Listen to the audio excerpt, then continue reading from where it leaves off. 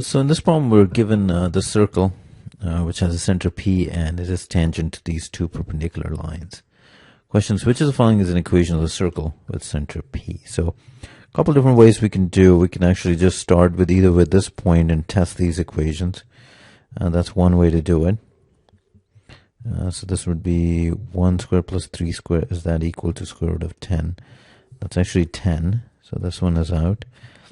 This would be 1 minus 3 squared plus 3 minus 3 squared. That's 4, because this would be 0. Again, this one is out.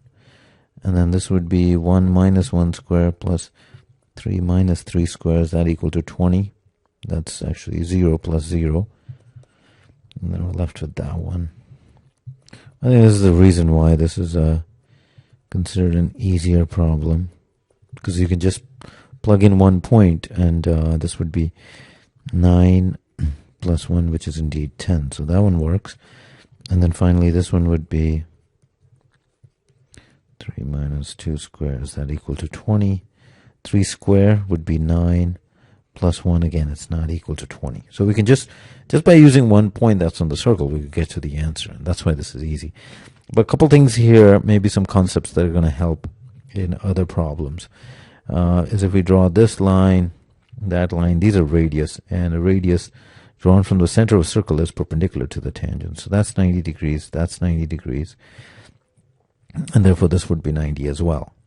So that's the radius, this is the radius, opposite sides are going to be equal, so this is a square here.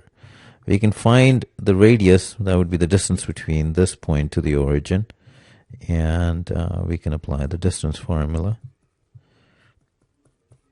So this would be square root of 10. So the radius is square root of 10. So the equation of the circle would be x minus h squared plus y minus k squared equal to r squared. R squared here would be 10. So we know that we've narrowed it down between that and this. And then another thing we could do is to either substitute one of these points to narrow it between these two, which we already did, and we'll find that this is the answer. Or you can visually see that center of 3, 3 would be here. Sorry. Whereas 4, 2 makes sense. It's this distance is 3.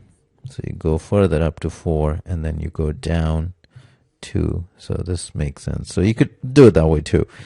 The longest way would be to actually where you weren't given any of these equations and you had to create. In that case, you would have to find the center, and that would be a little bit involved.